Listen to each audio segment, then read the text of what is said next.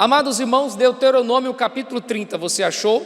Eu vou ler algumas passagens, em cima disso ministrar a palavra de hoje. Quero que você venha comigo para o versículo 15, Deuteronômio 30, 15, diz assim: vês que hoje te proponho a vida e o bem, a morte e o mal.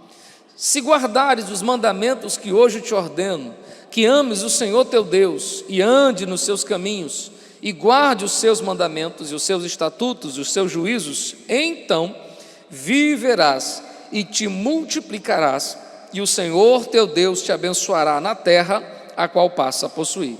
Porém, se o teu coração se desviar e não quiser dar ouvido, e for seduzido e te inclinar a outros deuses e os servir, então, é o versículo 18 que eu quero que você preste atenção.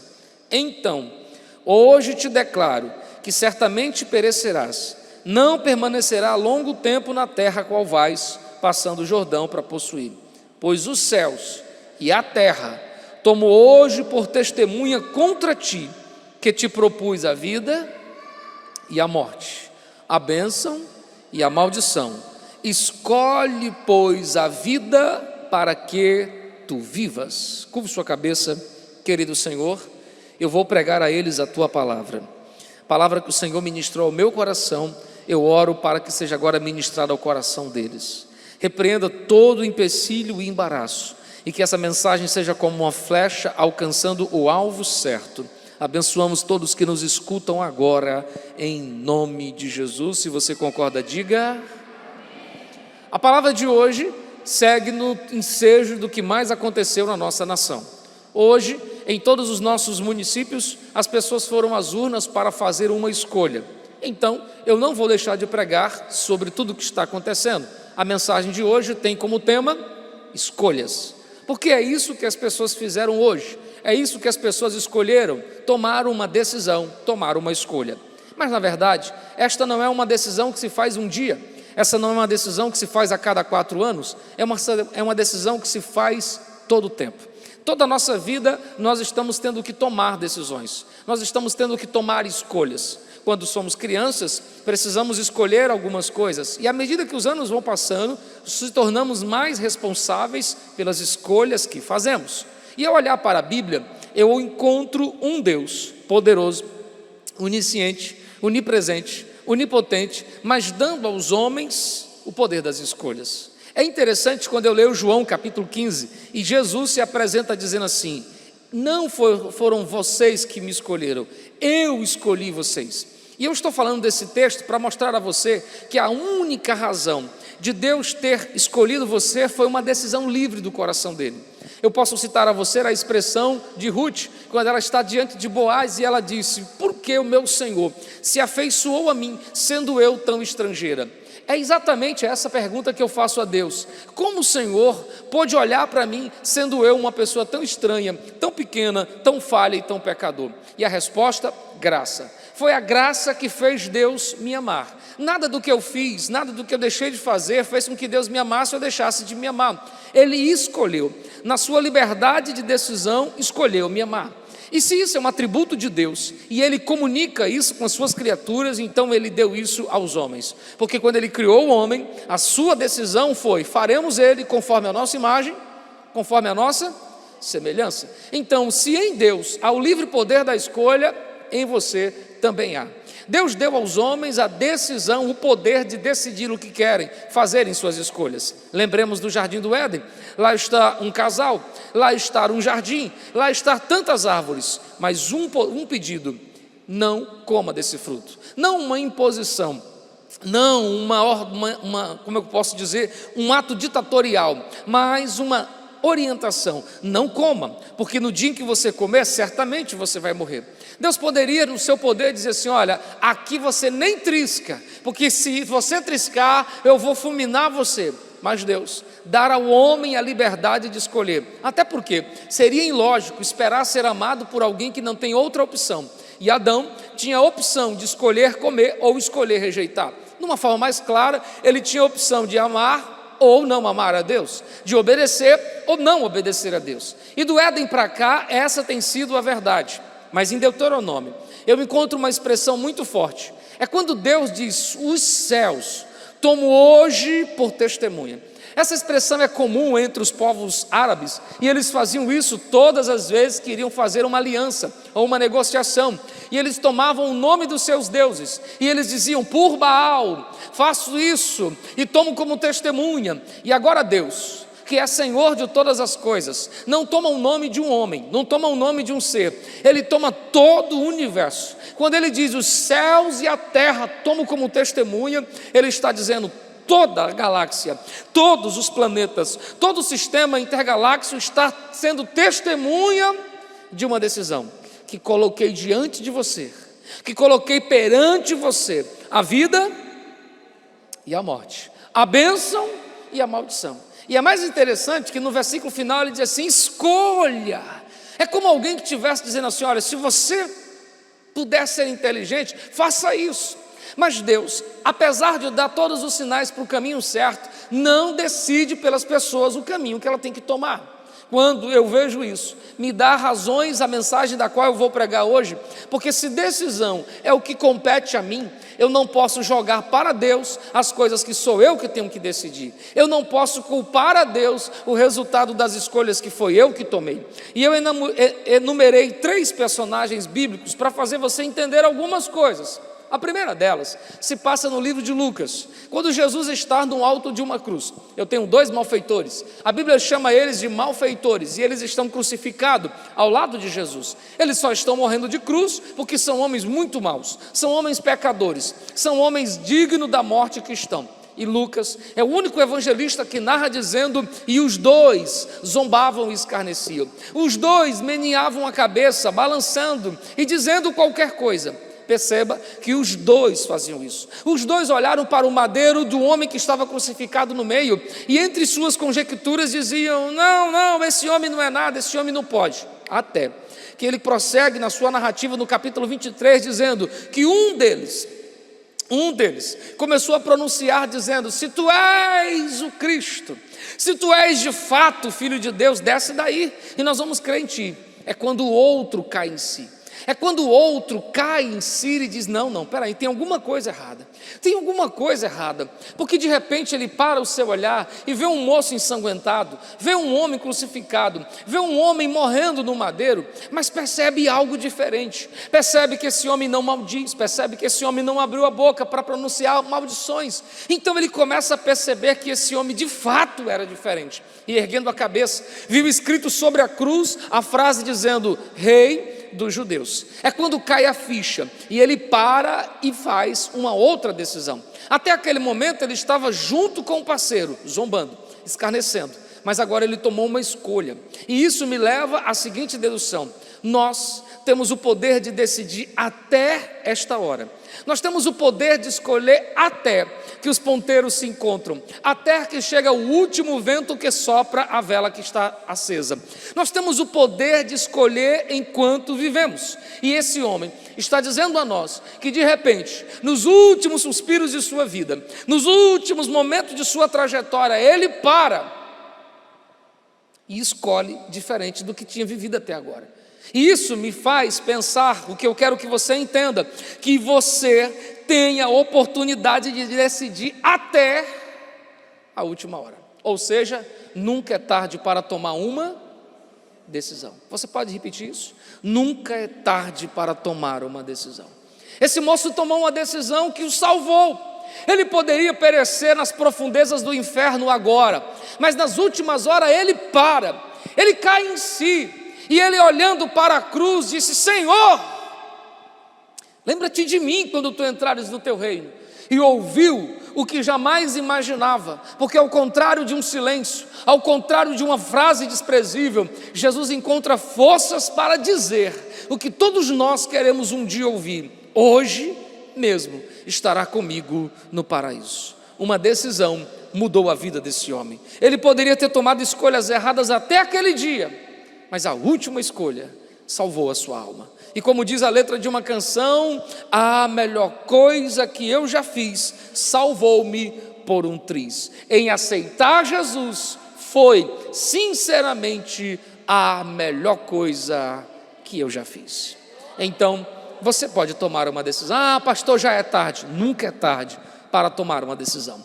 A segunda coisa, o segundo personagem que eu quero citar para você, procede-se no fator de dois jovens que se passam em 1 Reis, capítulo 14. Lá não diz o nome deles, mas diz que está tendo um sentimento de idolatria dentro do povo de Israel. E um profeta, que a Bíblia chama de profeta novo, é enviado até a casa do rei para dizer a eles que o Senhor reprovava a atitude deles. Mas esse homem, além de levar uma mensagem, ele tinha uma incumbência, ele tinha uma ordenança, e a ordenança é: vá, profetize, mas pelo mesmo caminho que você foi, não volte, pegue outro caminho, não pare em lugar nenhum, não se aquete no lugar nenhum, não detenha-se em lugar nenhum, volte no mesmo rastro, volte para o mesmo lugar de onde você está saindo. Esse homem tem uma mensagem, mas tem uma orientação, só que o profeta jovem, depois de ir e profetizar e ver os sinais da sua profecia, ele está voltando, e de repente ele para descansar, está cansado. Quem aparece? Um profeta que a Bíblia chama de profeta velho. E esse profeta velho vem dizendo em nome do Senhor, dizendo tantas coisas em nome de Deus, e no nome de Deus ele disse: moço, venha até a minha casa, beba água, coma pão. Só que o profeta jovem sabia que Deus tinha lhe dado uma ordem. Sabe o que ele diz? Não, de modo algum, eu jamais irei. O Senhor disse para mim que eu nem parasse, eu não sei nem por que eu parei aqui, que eu nem parasse no caminho, que eu não comesse pão, que eu não bebesse água, mas que voltasse. E é nessa hora que a voz do religioso ecoa dentro do profeta mais velho, dizendo: eu também sou profeta, e o Senhor falou comigo. Mentira. O Senhor me disse que você poderia ir à minha casa, comer pão, beber água e descansar. Em outras palavras, me permita dar fala ao texto, ele estava dizendo: tenha pena de ti, você profetizou até agora, está cansado, você é jovem, mas você precisa se alimentar, volte para a minha casa. E agora, o jovem está diante da palavra de Deus e da palavra de outro homem, e é nessa hora que ele toma uma decisão. Ele vai pelo caminho do profeta mais velho, e escute como termina essa história. No final, o profeta mais novo está saindo de casa, saindo da casa do profeta para ir embora, quando um leão apareceu no caminho e matou, devorou. O jumento que estava do lado não foi nem tocado, mas ele morreu. Nada aconteceu com um profeta mais velho, mas aconteceu com o profeta mais... Sabe por que eu estou te contando isso? Porque ninguém, apesar dessas pessoas te empurrarem para decisões erradas, ninguém pagará o preço das escolhas a não ser você. Ele poderia dizer: Deus, eu só errei por causa do profeta, eu só errei por causa disso. Só que Deus não leva ninguém por inocente, Ele não toma o culpado por inocente e não inocenta o culpado. Então, diante de Deus, as escolhas que nós tomamos, somos nós que a responderemos por elas. Você pode errar por causa de uma palavra que eu te der, mas eu não responderei pelas suas escolhas. E isso só aumenta a minha responsabilidade em saber que as decisões que eu vou tomar, ninguém as responderá por ela. Sou eu que vou responder. Sou eu que vou responder. Eu acho fascinante quando a Bíblia diz que o pai não levará a maldade do filho, nem o filho a maldade do pai. Ou seja, cada um arca com as suas consequências. E eu quero que você entenda de uma vez por toda que o erro do profeta jovem não for amenizado só porque deu ouvido ao profeta mais velho. Então você precisa parar e entender que as decisões que você vai tomar, as únicas pessoas responsáveis por isso é você mesmo. Então aprenda a decidir, aprenda a escolher, porque diante de Deus você não vai poder dizer: mas foi o pastor, mas foi minha mãe, mas foi meu pai. Deus vai dizer: mas quem escolheu foi? Isso é sério, muito sério. O último texto que eu quero deixar para você, e é o livro que eu estava lendo hoje, aqui no nosso momento de oração, parando e fazendo minhas meditações, eu tomei como leitura o livro de Ruth, e é fascinante a história de Ruth e Noemi. Quem nos acompanha no nosso canal sabe de uma mensagem que eu postei há alguns anos ali, mas me chamou a atenção um detalhe.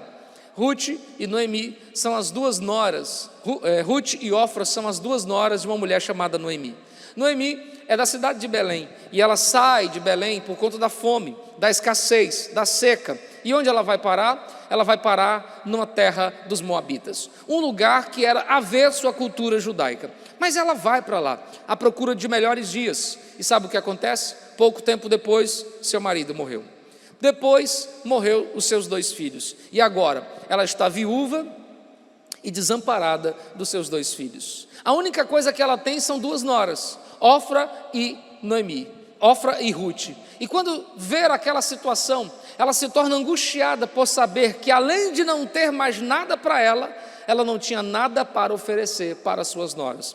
Então ela chama e diz: voltem para casa, voltem para as suas famílias, voltem para os seus deuses, porque nada eu tenho para oferecer. Ao primeiro instante, Ofra disse: não vou te deixar. Mas ela insistiu dizendo: eu não tenho mais filhos para dar a casar com vocês. E ainda que esta noite eu ficasse grávida, daqui que esse menino crescesse.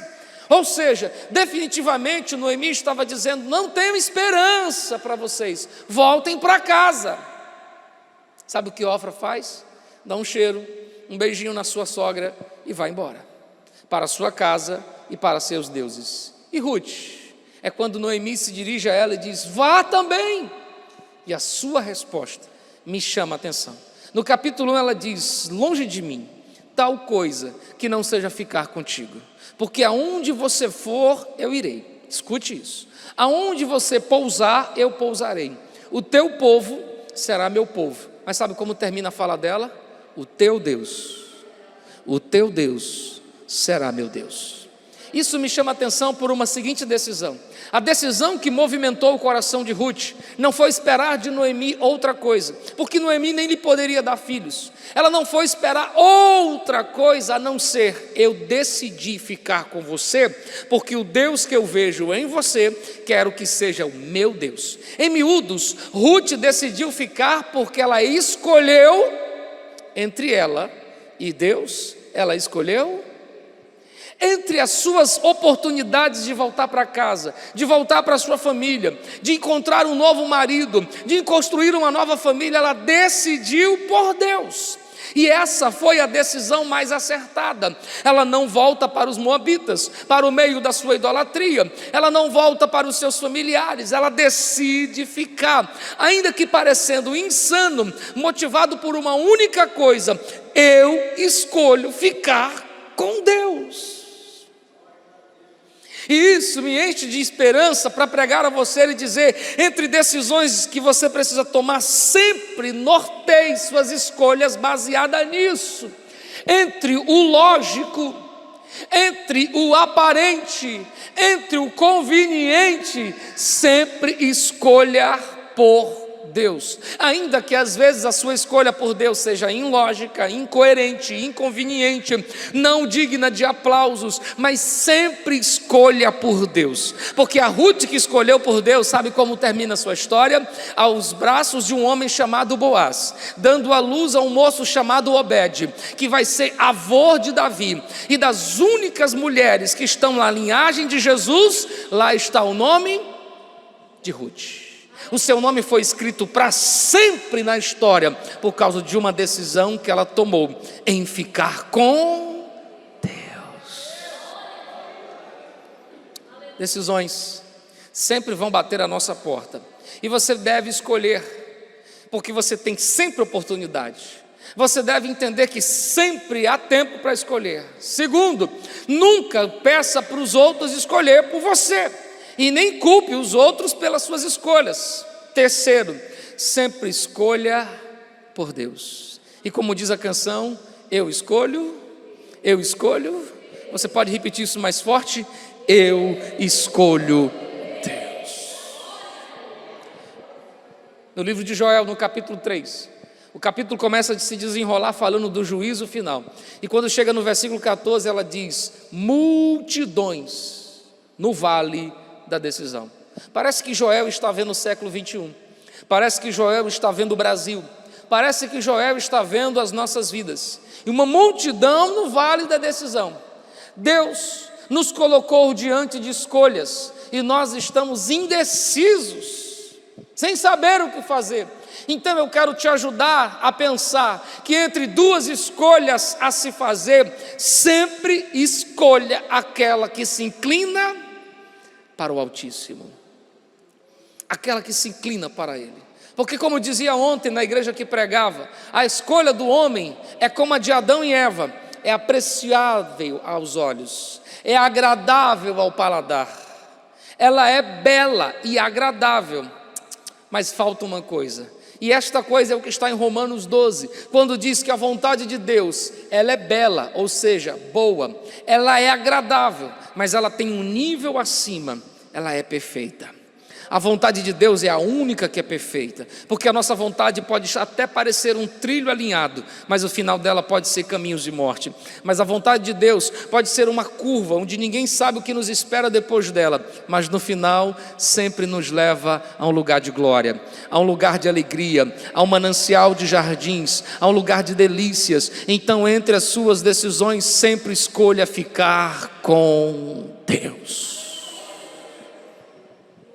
Aqui está o irmão João Manuel, é pai da irmã Rita, vocês a conhecem muito bem, diaconisa desta igreja, mas na sua decisão por Cristo, há muitos anos atrás, se eu não estiver enganado, 10, 12, não me lembro bem, mas quando ela tomou a decisão por Cristo, seu marido se tornou um pouco revoltado com a decisão, e eu não o culpo por isso, é porque muitas vozes se diziam, agora sua mulher ficou louca, isso e tal, e o seu marido, no momento de fúria, chegou para ela e disse, ou você escolhe Jesus dos crentes ou a mim. E de manhã, domingo cedo, a Rita e o João estão em casa, porque a Rita vem dizer, pastor, ele foi embora, porque eu disse para ele que eu escolho Deus. Sabe o que eu disse para a Rita? Você honrou Deus, Deus vai te honrar e vai trazer seu marido de volta. O João voltou, e o João hoje assiste culto. Quando eu me espanto nas fotos, lá está o João na reunião dos homens, e às vezes até traz ela aqui para a igreja. Sabe por que eu estou te contando isso? Porque se você escolhe Deus hoje e honra Ele, amanhã é Ele que honra você. Qual é a escolha que você tem que fazer? Quais são as decisões que você precisa escolher? Não espere que outros escolham. Não pense que não tem mais jeito. Tem sim.